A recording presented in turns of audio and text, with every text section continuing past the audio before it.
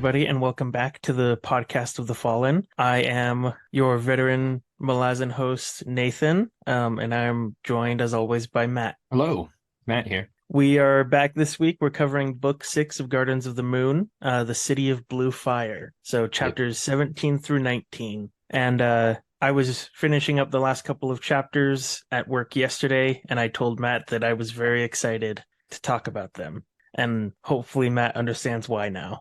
I do understand why now. I finished it up this morning. I was like, oh, yes, I see why now. This is going to be fun. Yep. I don't know. I can't think of anything else really that we need to talk about or discuss. That I can think of. Let's get right into it. Chapter 17. Ralak Nam approaches the Phoenix Inn to find one of the eel's messengers waiting for him, Circle Breaker. He informs Ralak that Turban Orr has tendered a contract with Ocelot to have Cole killed. Baruch and Animander Rake talk in Baruch's study. Rake tells Baruch that the Taistandi are the last of their race, and that their spirit and fervor for life has died out long ago. He tries to give them causes to fight for, but nothing seems to work. He explains that whether it's he or the tyrant that comes out victorious, the Empress wins. She has sought out Vorkan to take out Baruch's cabal of mages and eliminate the final threat. Baruch shows Rake Mammoth, who is in a deep sleep. He is a high priest of Drek, uses earth magic, and was attempting to learn more about the Jagged Tyrant and was snared by the magic surrounding the barrow. If he does not act quickly, the tyrant may enslave him. Circle Breaker walks along the street, leaving signals for other servants of the eel. He is worried that Turban Orr is close to catching and killing him, but he will do what he must until then. Erilta and Mies, two of the barmaids at the Phoenix Inn, notice his signal, and Mies goes to Mammoth's place, where she tells Crocus that they have to hide him because of the Darl guard that was killed earlier when he snuck into the estate. The Taistandi assassin Surat lies in wait to kill Crocus later that night. Murillo and Krupp arrive at the Phoenix Inn and drink. Krupp says that he does not plan on interfering with Murillo and Ralak's plan, but rather on helping them. Murillo leaves the inn to find Circle Breaker waiting for him with a message. Ralak hurries to kill Ocelot before he can carry out the contract on Cole. He remembers that Baruch gifted him with Otaterol dust as reward for a past mission and rubs it into his skin before continuing. There we go. Probably the chapter with the least going on that we need to talk about today. Yeah, it was just a lot of setup and just some background. So we can go through this one fairly quickly if you want. But what did you think about Ralak Nam when you read it? The Circle Breaker's waiting for him, telling him about the contract on Cole. I mean, I like this whole thing with the circle breaker and all this assassin stuff. Sometimes I'm still a little bit lost when I read it because I'm like, who is who and what is what? Yeah. But then later on when I read a bit later, it made more sense. So I guess thinking back a little bit, I was like, oh, this is interesting. I just think it's the people that are trying to protect who throughout this whole story, I've thought has been interesting. They're trying to protect Call, they're trying to protect Crocus. And I'm just curious to see how it all plays out because it's both of them just have Crocus, the young teenager who's smitten by the rich princess lady or whatever, making dumb decisions. And then you got the drunk kicked out of the High Lords. I'm I don't know. There's just so many things about either that I'm why are they such a big deal? Yeah. And what's the big deal protecting them? So I don't know. I feel like in many other books, Cole or Crocus would be the main character that you're following. Yep. But it's they're just this weird side character at the moment where you're they're important, but they're not important. But why is that? So it just feels like their friends are just we just gotta protect them. Let's just help get them out of the situation, basically. Yeah. I don't know. What do you think? I don't really have many thoughts on that scene. I feel like it kind of comes out of nowhere that Turban Orr just decides to have Cole killed, but it makes sense. Lady Simtal just finally decides that she wants her ex-husband out of the way so that he's no longer a danger to her anymore. That makes sense, but yeah, it does kind of come out of nowhere. That's why I think I was a bit confused at the start. I was like, wait, what? Where'd this hit list come from? Well, I mean, she does talk earlier. We have that scene of her and Turban Orr in the bedroom, and she asks him or pressures him into taking care of her drunk ex-husband.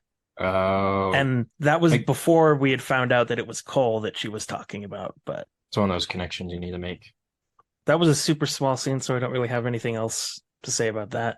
Good. And then we have Baruch and Animander Rake talking in his study, we get some more insight into the Taistendi and just how incredibly tragic they are, just as a I don't people. know. I remember reading this and I was just like, I just feel bad for them. Like Hmm. Animander Rake is just like this. He's just so cool. Just this powerful, just mage dude, whatever prince. I can't remember what his title was. And I just feel bad because it sounds like they're just on going extinct, but they just keep getting in these fights all the time. I Yeah, mean, they're amazing at it, but it's like they're not like invincible. They're not immortal, so they're you can kill them. So I feel bad because it's like they're just dwindling now. It seems like. yeah. Rake says, imagine your spirit dying while your body lives on, not for 10 years, not for 50, but a body that lives on for 15, 20,000 years. Kind of brutal. Yeah, this is why when people say that they want to live forever, I'm like, no thanks. Malazan has done a lot to change my perspective on that. Like living forever, I'm like there has to be like just some greater purpose to it all. Like they're like living forever would not be great because I've thought the same thing before. I'm like that would be so boring. Yeah, and you imagine like days would just flash by like that and you'd see everything and yeah, we'll see more of that throughout the series, but it's just incredibly not fun.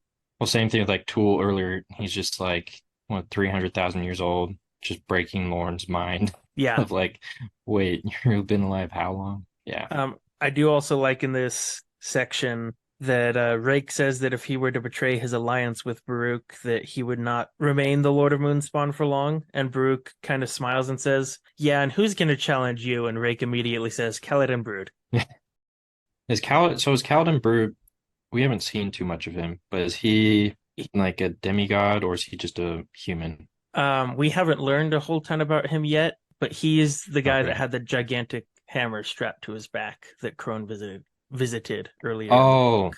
that's right. Yeah. He's So I leading the would armies as up north. Yeah, so I would assume he has some power then if Rake is like, no, yeah, he he could would challenge stand up me. against me. Yeah. Dang, now I want to know more about him. Yeah, you bring that up. Forgot about the Ruffo. hammer. That's why we need to finish this. I want to read it all. Well, I mean, for viewers next week that may be wondering, I think we have decided we're just going to do all of book 7 in one go. So next week we'll be covering 20, Just the 21, end of this. 22, Yeah. 23, 24, and the epilogue. We're just going to read to the end. So that Yep. episode may be longer than usual. Maybe once it's edited That'll be down, it might exciting. be 2 hours or more. Yeah. It'll be like the season finale. There you go. I mean, so there's the term. Actually, no.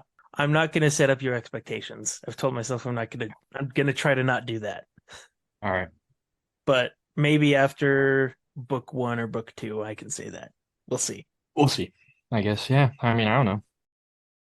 Rake explains to Baruch that no matter who wins, him or the Jagged Tyrant, the Empress wins because she can just come and kill whoever the Like, weakened survivor is. just crazy. And she sought out, or she's having her soldiers seek out Vorkin and the Assassins Guild to take out the mages, to take out like the last possible threat against her, and then she'll swoop in and take the city. And Vorkin, I think it was mentioned somewhere, but Vorkin has some sort of like strange power, right? I think it's been mentioned Or before that she's a mage. okay, yeah. Because I was like, it mentioned something somewhere like Vorkin is like a powerful mage or something, and I was like, oh, that makes sense then. Why she's the like ruler of the Assassin's Guild. Mm-hmm. And then we see Mammoth. He's just in a deep sleep. He uses earth magic and he was trying to suss out more about the Jagged Tyrant and just got trapped in all of the magic around it. Dummy. What do you think you're gonna do? Some powerful tyrant. He didn't take you. Come on. Yeah, did you expect him to have any power? We haven't seen a ton of Mammoth so far, but before now he's just seemed like a doddering old author dude. I don't know, because like when he brought it up, I was like, who's Mammoth again? I ain't gonna lie. I was like, what is this guy? Crocus's Why uncle. does he think he's gonna break in? Yeah, that's Crocus's uncle before that talked with Krupp and stuff. Oh, that's right. Yeah. He's smart, but not that smart, I guess. I guess, but I Or at least, mean, or doesn't have the power to back up the high level of intelligence or something. well, he is a high priest, and Rake does tell Baruch that you'd better hope the tyrant doesn't enslave him, because then we're all in big trouble, even bigger than we will be with just the tyrant. Yeah, that's true. So it does mean like just keeps putting sending the expectation of this Jagoot and its power Yep. every time something's brought up. But I wonder though, it's like if Lauren comes in, like if this whole idea of like Rake and the Jaghoot duking it out. My thought is like who, like what happens to the sword, like and all that, like how does that come to play? Because I'm assuming he'd use the sword, but then I'm like, would it capture the Jaghoot? The Jaghoot would be able to block it. There's just so many things I want to know, like how a fight between that would actually play out. Because if they're Yep. both weakened, it's like, does she just take his sword then, or someone take his sword? Because it's like a powerful, basically prison, Hmm. soul prison or whatever. Yeah. So Who knows? I wonder. I wonder. I think Raffo does. I think Raffo knows. Raffo does. Raffo has all the answers. As always, glorious Raffo. We get Circle Breaker leaving a bunch of signals for other people, and we find out that Mies and Arilta, who we've seen earlier at the Phoenix Inn, serve the eel, and they go to find Crocus and protect him. Crocus got framed, Crocus got framed because we know who killed the guard. but they don't. Does Crocus know who killed the guard? I think I think, I mean, he pieces it together when they come in, right? Because he shoots mhm. a gaze over to Apsalar and thinks it must have been her because when he was escaping that time, he looked down and saw her standing in the garden. Yeah. Yeah, because Crocus, I think, would have assumed, but I was like, just trying to think, did he confirm it? Because I didn't remember reading any part where he like confirmed it with her or something. These teenagers these days. Breaking, entering, getting framed for killing high class people's guards. I know. How Rookie dare he? mistake. We just see Surat, Taistindi assassin, one of the ones that chased Crocus very early on in the book, is back and waiting to kill him again. I still want to know who this eel group is. They've been being brought in a little more, but I'm like, who are they? There was there were some clues in these chapters. There were, but like I didn't piece it together. I was trying to piece together other stuff. Well, if you haven't figured it out, then I won't say anything. No, don't. I'll have to look through it again. Try and figure it out. What's the next bit? Oh, Murillo and Krupp arrive at the Phoenix Inn. Krupp is like, no, no, no, I'm not going to stop you guys. I'm going to help you. I want to help Cole. And then Murillo leaves, and Circle Breaker's just standing in the alley again and tells Murillo the same thing that he told Relic earlier about the contract. Mm-hmm. I don't think there's too much more about that scene. Nope. And then Relic is hurrying to kill Ocelot before he can kill Cole. He kind of figures out where he's going to be based on where Cole's going to enter the city. And he remembers that Brute gave him some Otateril dust earlier for a mission that he did, and he rubs it into his skin. So cool. The magic non-magic dust. The magic anti-magic dust, yes. Yep. I'm always confused by that. I'm like, so it's not magic. And what is it? Like, what would the definition be? To me, it's like a weird paradox. Raffo. Ah, but I thought that was pretty cool. I didn't think like there was dust or anything that was like, I don't know. I just thought that was a little cool detail.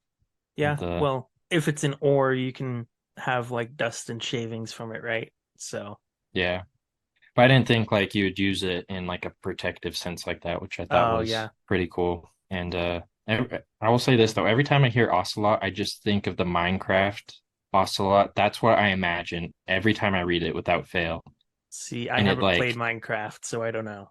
yeah, I mean, it's like I played it forever ago, but like that's the only thing I can think of when think of Ocelot. So I just think of like this pixelated cat sneaking around on the rooftop sometimes. And I'm Nice. like, that's not it. Nope, I'm pretty sure it's this like mage assassin Yeah, sneaking around. if you were picturing a pixelated cat, that fight scene earlier must have been real weird in your brain. Just a little. I had to take a second to be like, wait, how would this actually work? It's two guys and not a cat and a dude. If it's a human and not a pixelated Minecraft blocky cat. Yep. I don't think I have anything else about this chapter. Like you said, it's pretty much all set up for the next two. No. I hope people are still listening at this point. Well, If you made it this far, great job, guys. You made it through this part. We'll get to the good yeah, stuff not to now. mention if you've made it through like the 5 other episodes before now. Yeah. Props to you for sticking around this long. If we're ready, I can move on to chapter 18. Hopefully they're still around because chapter 18 and 19 are when the bombs are dropped. So I know. This is when all the good stuff happens. chapter 18. Whiskey Jack and the squad discuss their plans to contact the Assassin's Guild again, and their backup plan to blow up the intersections if they can't. Quick Ben can't find Sari anymore now that Cotillion has stopped possessing her. The squad offers friendship to Whiskey Jack, which he's spent years pushing away. Cole and Perron approach the city gate as Rallick climbs up Kroll's belfry to attack Ocelot. Cole is in bad shape and near death. The soldiers at the gate recognize him and offer to help get him to the Phoenix Inn. Rallick's Otadarol negates Ocelot's magic and turns the fight into a hand-to-hand scuffle, which Rallick wins. He turns over to stare at the roof of the tower as he fades into unconsciousness. Surratt wakes up on a roof after having been knocked unconscious while waiting to kill Crocus. Her daggers are placed neatly by her side. Mies and Arilta discuss guarding Crocus and Perron arriving to the inn with Cole. Downstairs, Perron prepares to break his sword, thinking that his luck has turned. Just then, Kalam walks in. Perron orders him to bring Mallet to the inn. When the squad arrives, Mallet starts to heal Cole as Whiskey Jack and Perron speak. Perron reveals the adjunct's plan, and Whiskey Jack pulls the bone phone out of his satchel to communicate with Dujek. Taishran has been on edge trying to figure out what's going on. Turns out Dujek was planning to rebel against the Empire, and Whiskey Jack was in on the plan. They plan on confronting the Panyan Doman. Lorne and Toole enter the burial chamber and remove the tyrant's finest, which is in the shape of an acorn. Toole reveals that the Jagut weren't very warlike until they got very angry. Okay, there we go. I mean, Yep. I kind of don't want to go in chronological order for this one. If you want to jump straight to the huge revelation, we can do that. Which one of the huge revelations? Well, which revelation do you want to talk about? I don't know. Well, I don't even know where to start because there's so many things. I think the bone phone. I thought that was one of the coolest things. I want to start with that. Okay. Yeah, that's the name that it's gotten around the Malazan community, is the bone phone, because it's just a huge bone with a knife on the end. Sorry to disappoint you, but it does only appear in Gardens of the Moon. That is so lame. Out of all the things to just leave in the first book, Yeah. the bone phone. Yeah, I'm disappointed we don't see it again, but I think that's kind of why it's gotten the reputation of being the bone phone, because it's the only time that we see it.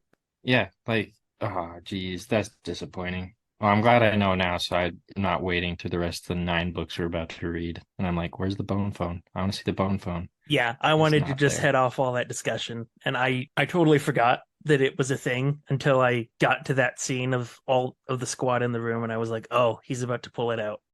I don't know. I still thought it was a pretty cool scene, though, because it's like you see Whiskey Jack, like, drop the truth bomb of like, no. I've been working in the background with my buddy over here. He got a bigger plan in mind, but yeah, so Dujek is planning on rebelling and leaving. Yep. Which only happened just because they kind of pushed his hand because he was like trying to just diffuse everything, but they're like, no, we're sending in more guys. And he's like, this is a mess. Yeah, well, they were sending him too few people, and it was clear from like troop placements and orders from up top that they were trying to get rid of him because of stupid Taishran and thinking that's what the Empress wanted. So now I know. Exactly what Lorne told Taishran would happen is happening, that the only reason Dujek will leave is if we push him out. And it happened because Taishran's an idiot. It happened. Which is unfortunate, but at the same time. Yep. Not. Yeah, I thought though it was interesting how they bring up like the bigger plan in the end. I guess that was chapter 19 when that's brought up.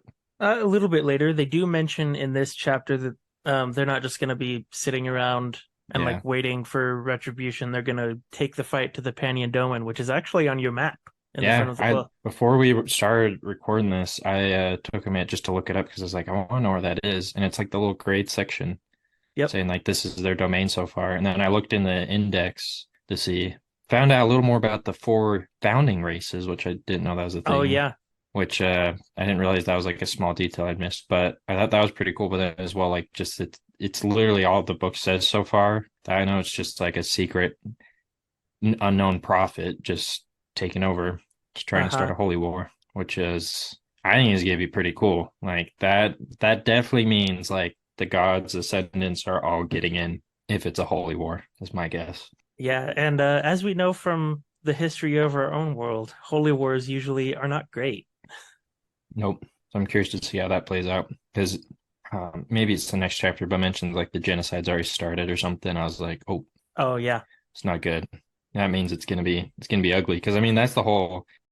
I guess that is chapter 19. Anyways, we'll wait for That is that. chap. But We'll get to that. Yeah. no, I just thought it was interesting though that they're talking just on the bone phone, and everyone there's like, we're actually like gonna keep doing stuff.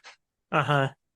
As well, they handed off the reins to Whiskey Jack entirely. Perron's like, I'm just gonna stay, but I don't want to be in charge. Yeah. Which I And thought was Whiskey Jack's pretty like, cool. yeah, sure. Yep. I mean, Whiskey Jack does have much more legitimate and longer command experience. So, Yeah. I'm not surprised at all by that. I think Perron's like, I'm just trying to figure out what to do now. yeah, I mean, Whiskey Jack used to lead the army that Dujek's leading now. So, So I would gladly have Whiskey Jack be in charge then yes. if I was him.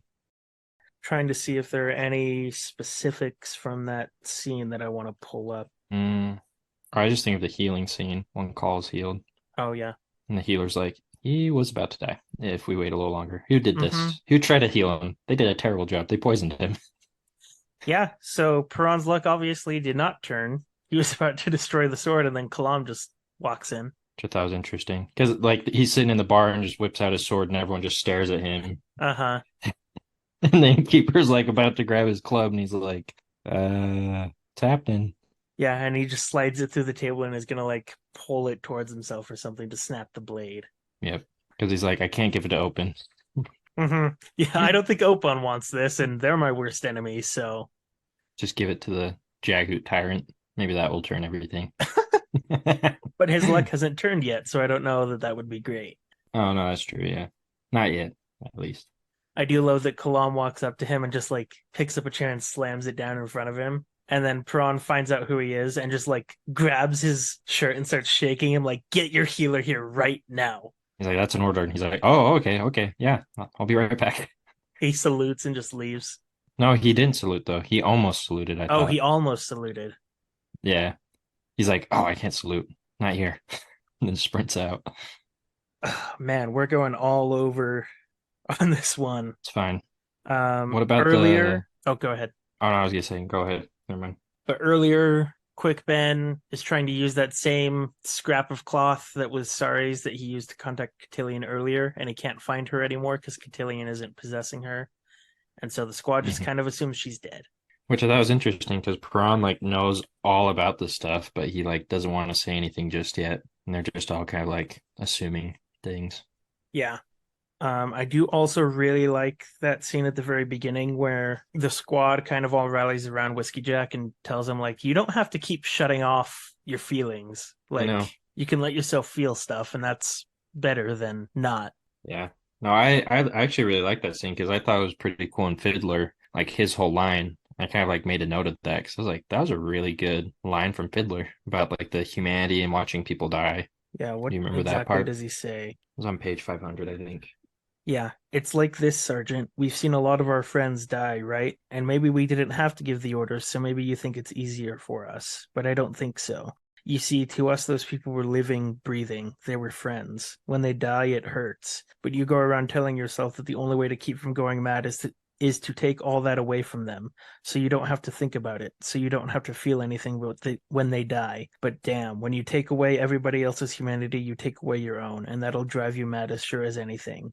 It's that hurt we feel that makes us keep going, Sergeant, and maybe we're not getting anywhere, but at least we're not running away from anything. Yeah. And then Hedge kind of Such elbows good him in the line. rib cage and is like, I knew you were smart. He's like, what happened? Where'd that come from? Yeah, you get the feeling they don't have like genuine emotional moments like that a ton. No. Because then like you see Whiskey Jack and he's just like, yeah, I'll accept that. He's like, let's get moving. And then he brushes it off and says, clean your gear. There's going to be an inspection, and it better be up to code. And they're just all like, all right, yeah. We get Relic and Ocelot, their little scuffle. The guy in the pixel cat. Exactly. What did you think of the fight? I thought it was pretty cool because the whole like I totally forgot about the dust as well Oh, because like I'd like read chapter 17 earlier this week and then I read chapter 18 a bit later, so I kind of forgot what happened in chapter 17 just enough, and so when the bolt missed I was like, oh, what happened as well. And he's like, oh yeah, the dust, and I was like, oh yeah, the dust. yeah. And as soon as he gets close enough to Ocelot, like the dust has like a range, I guess, and so he was invisible, and then suddenly you just see him lying there, Yep. waiting to take the shot. Yeah. Which I don't know, is pretty interesting that like they both were just like rolling around like hand-to-hand combat then. And he like chops off his braid to get it out and then stabs him Yeah. in the arm and then that forehead. It's like, Uh-huh. dang, you meant business there. That guy is definitely dead.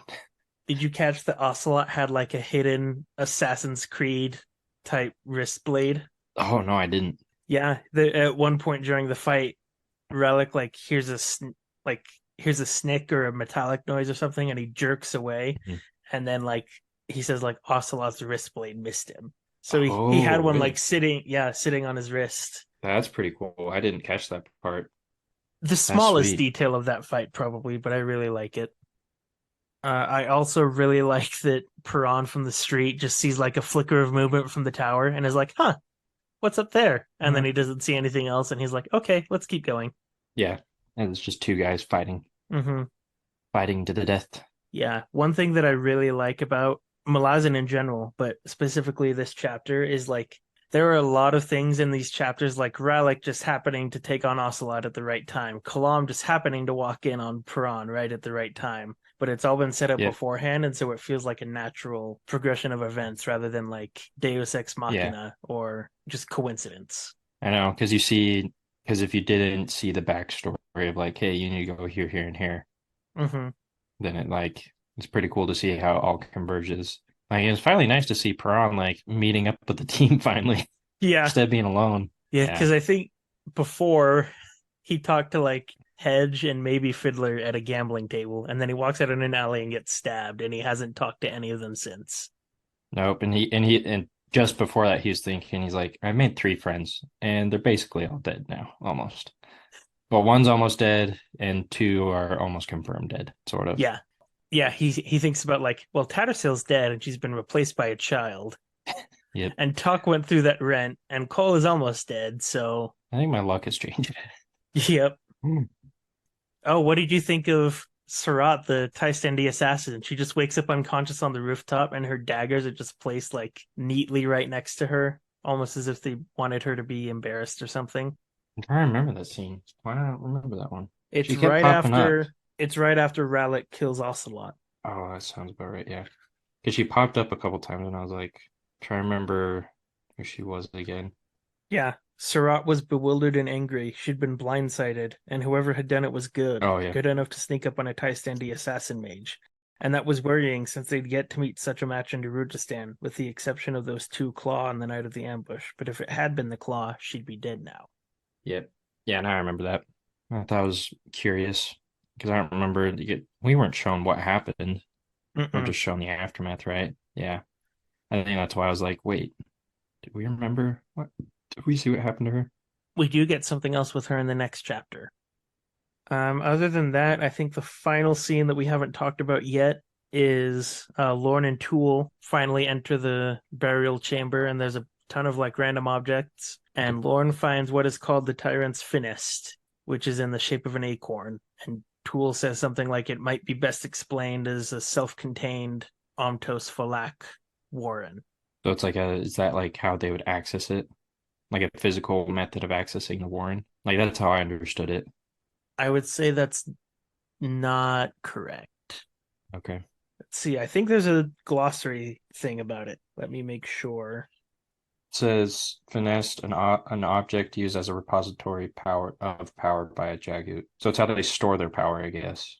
Yeah, I would say that that's more accurate. Interesting.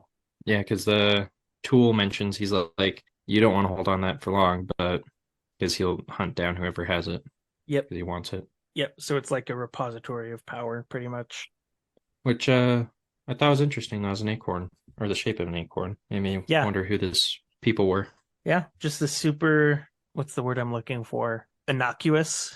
That's a word, right? Innocuous, like I think not so. strange, like normal looking thing. Like hidden in plain sight. Yeah, something Is that like what you're that. thinking? That word sounds right. Maybe sounds like a word that that I'm thinking of as well, I guess. Yeah, I don't know. I don't know either. Yeah, I don't really have anything else to say about that chapter. It's just we get some bombs dropped. Yep. The only thing I have like going out of this chapter now is like the Jagoot. Like I want to know a little more about because Tool mentions he's like they were different people before they like started fighting, sort of, I guess. Yeah, And so Lorne says something like the Jagoot weren't very warlike, were they? And Tool says, no, but the trick was to get them angry, and then we could kind of justify killing them. so it makes me like wonder kind of what they were because they seem like this is probably like a not the right way to phrase it, but like they were kind of like became a corrupted to an extent, like became more warlike from their original due to something because they have this tyrant warlord now. And it sounds like originally they weren't that way, but Yeah, they weren't that way, but also remember that it was other Jagoot who originally imprisoned the tyrant. oh yeah, I guess that's true. So he may have been the exception. But also, if they were forced to become more warlike, I can't really blame them because they had an entire race of undead soldiers that were fixed on genocide for them. I want a history lesson on that. I wonder when that's coming up. Refo! I know. So I'm I, like, I yeah, I will tell you there are some history lessons coming. So good. I assume not really in this book though. Like not too much because there doesn't seem to be much no, I left don't for think that. so. Yeah. How unfortunate. Unfortunately.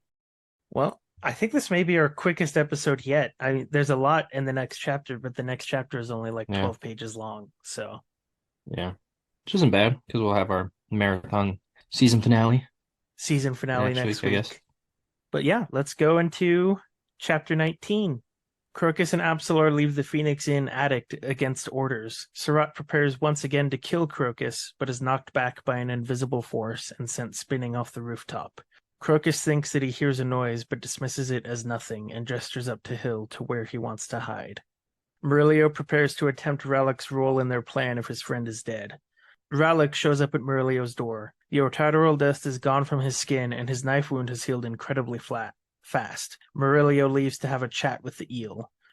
Baruch and Krupp are in the alchemist's study. He wishes to contact the eel and make a formal alliance, and Krupp says that he can have an answer by the end of the day. Perron puts together that Whiskey Jack and the squad are still trying to take over Darujhistan, but for Dujak's army instead of for the Empire. They need its resources to confront the Panyan Doman, a growing power in the south of Guinabacchus that has declared a holy war. Perron will stay at the inn so Lorne doesn't find out that he's alive. Lorne and Toole exit the barrow, and the adjunct prepares to take the Finesse to Darujhistan. Once there, she can focus on killing the coin bearer. Her doubts have left her, and she feels the burden lift from her shoulders. Absalar and Crocus climb Kroll's belfry and find Ocelot's dead body at the top. Absalar tells Crocus to look at the moon, and Crocus asks, which one? Before gazing at Moonspawn. He sees five winged shapes swoop down from it and vanish. Absalar tells him a story about a god named Growlin that will one day take his chosen people to live in the gardens of the moon. Pretty cool chapter. Yeah, first off, we have that scene with Surratt trying to kill Crocus again.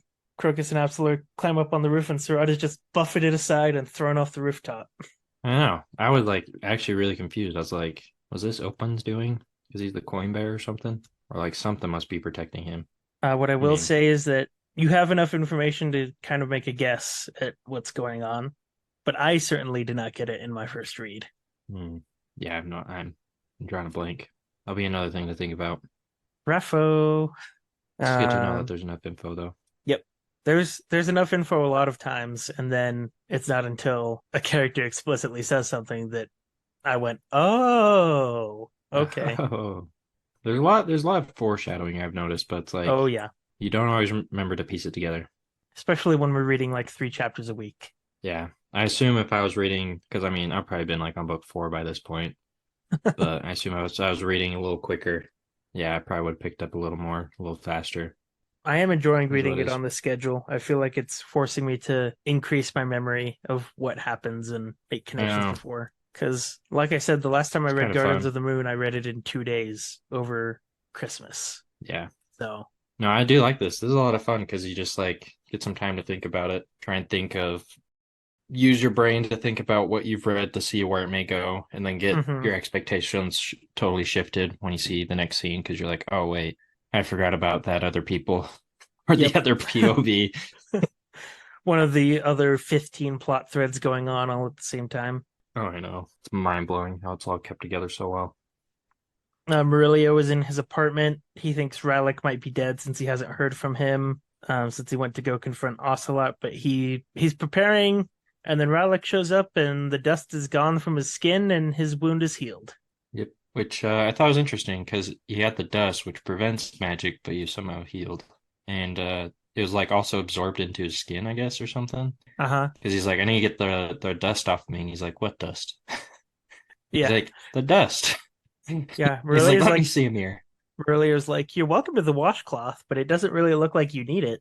I know. He's like, help me take this off. He's like, I'm injured. He's like, you just have an old scar. He's like, what?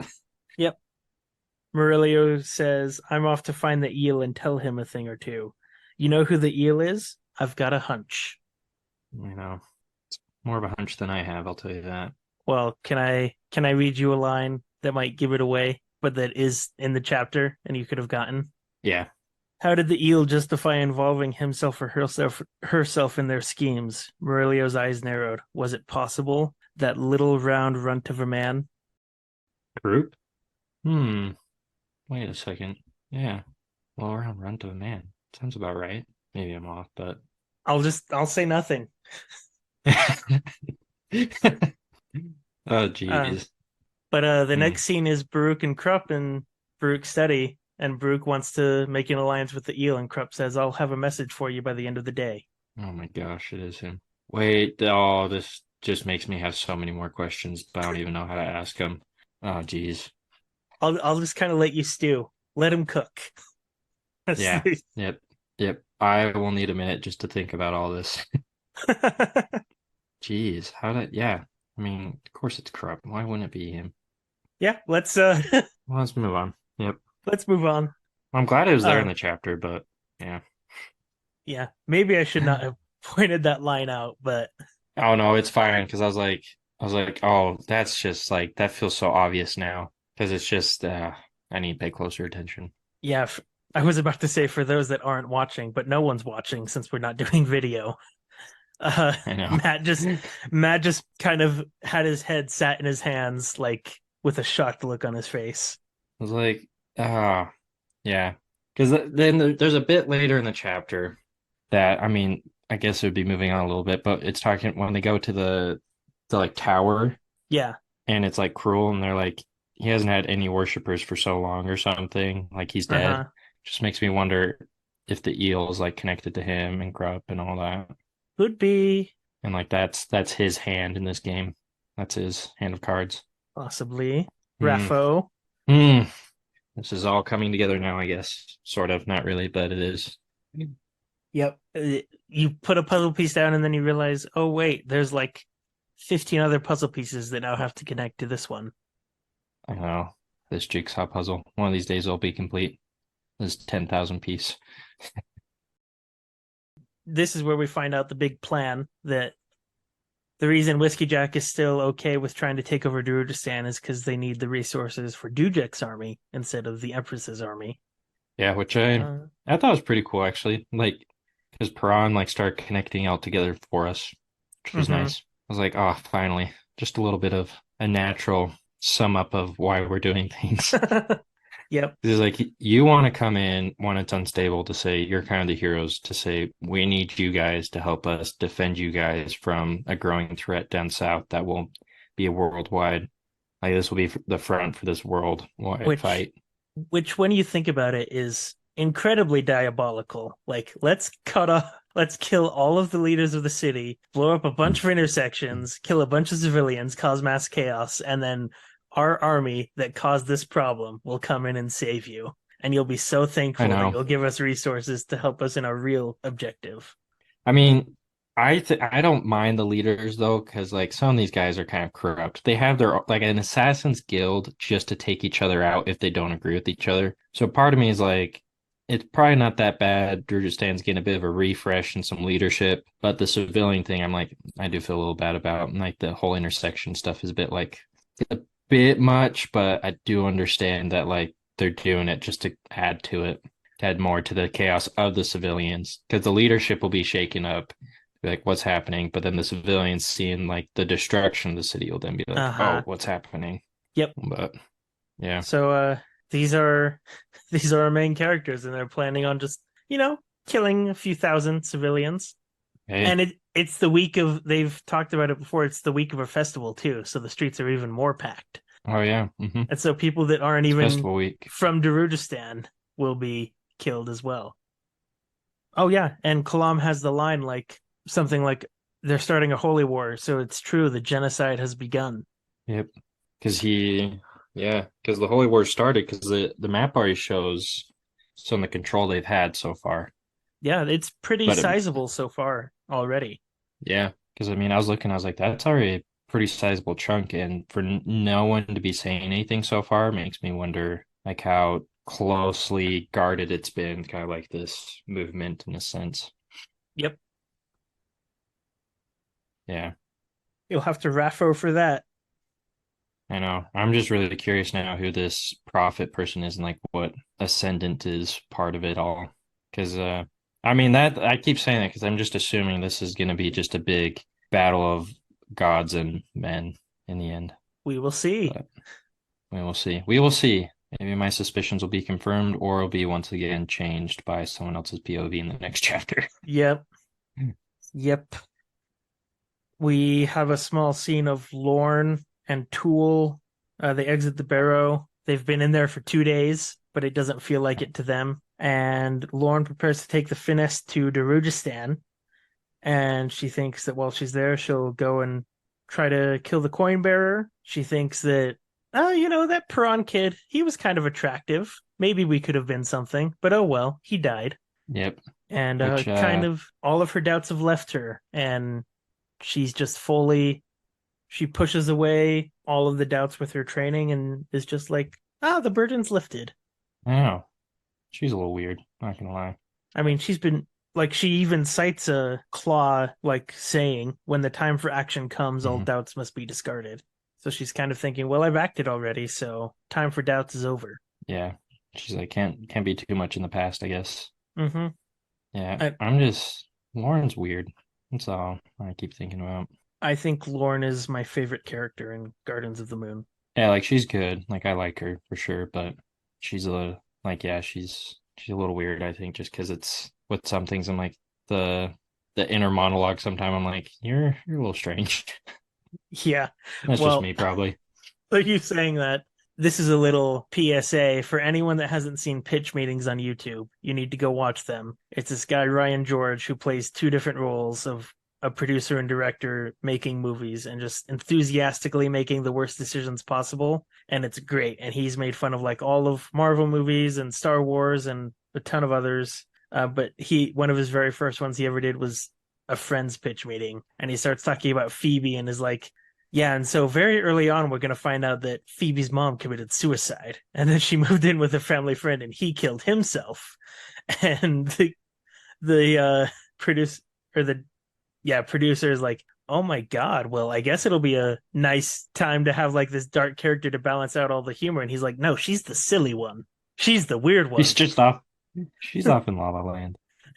Yeah, everyone's gonna be like, "Oh, Phoebe, she's so strange," and it's like that's kind of how I feel about you with Lauren, because Lauren, like, her family died as a teenager, and then she went through brutal brainwashing and martial arts training.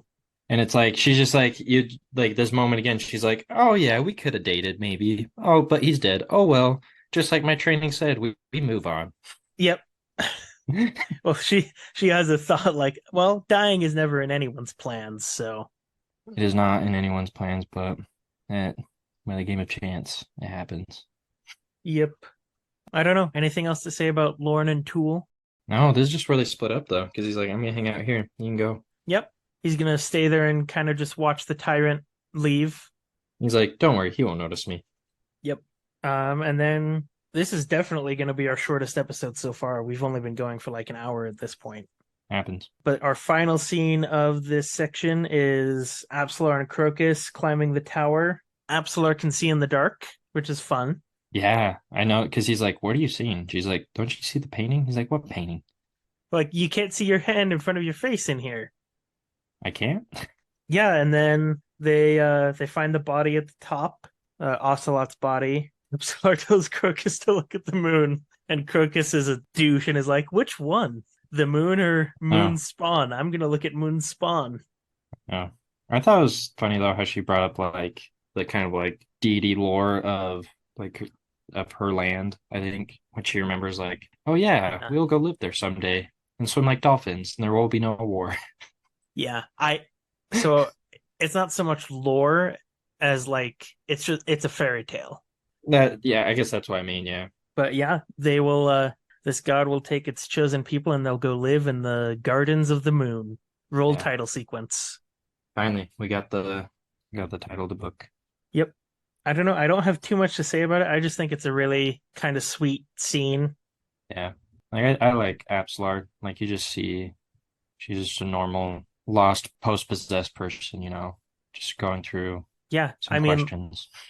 like as Sarat is waiting for them to get up on the roof, she says like the only other person she could sense besides Crocus was a young girl whose aura was astonishingly innocent. Which I think is kind of a cool note. Yep, it was just the god of assassins possessing her that was turning her into this scary torturer. I know. Poor Apslar. Away from home, didn't get to take the twine home to her dad, met a necromancer witch, Yep, and then got possessed. and I was with Yeah. I a super whiny teenage boy. think Crocus is also one of those I'm like, come on, dude, grow up a little bit. Yeah, But I don't know. That's just me. yeah. I mean, I think a lot of his behavior is excused by like he's 17 Yeah. and he He's doesn't young. have the most stable or moral friend group. Yeah, and he definitely doesn't hang around a bunch of thieves and assassins. And his uncle also has like philosophically approves of him being a thief. Do you remember that conversation where Mamet says, "You know, I don't have moral qualms about you being a thief because I believe if people can't take care of what they possess, then they shouldn't deserve to own it." Oh yeah, I remember that. It's like, well, if they can't like, so it's a weird one. So he's been on his own and he's got a lot of enablers around him. I don't know. Such a weird moral concept though from his uncle. If they can't take care of it, it's totally fine to steal. It's like, well, what do you mean? And maybe they got stolen because they were like beat up. They couldn't take care of themselves. Yep. Oh, speaking of Mamet, one detail that I meant to bring up earlier when Baruch brings Rake down to him is Rake goes, "Oh, he's a high priest of Drek. That explains why his writings are so like cynical and jaded." And Baruch thinks like, "You've read my friend's books? I guess when you live forever, you've got to have hobbies." Just imagine him just sitting up with his legs kicked up, sword next to his chair, just reading. Like, I got time to kill. But Um, yeah, no, yeah, I think that's all for this yeah, week. that's all we got. I can think of. So, Yeah, so we'll be back, like we said, next week. We'll be finishing up Gardens of the Moon. yep. I Thank you imagine that one. all. Thank you all for listening so far. If you've made it this far, Yes, if you've made it this far, thank you. I imagine next week's episode will be much longer than this one because we've got 5 chapters, including the finale of the book to go over. And then I imagine at the end we'll give some of our final thoughts on the book and yep. maybe go over some favorite characters, moments, things like that. Yeah. I'm done. So, what? Oh, how's that, Todd?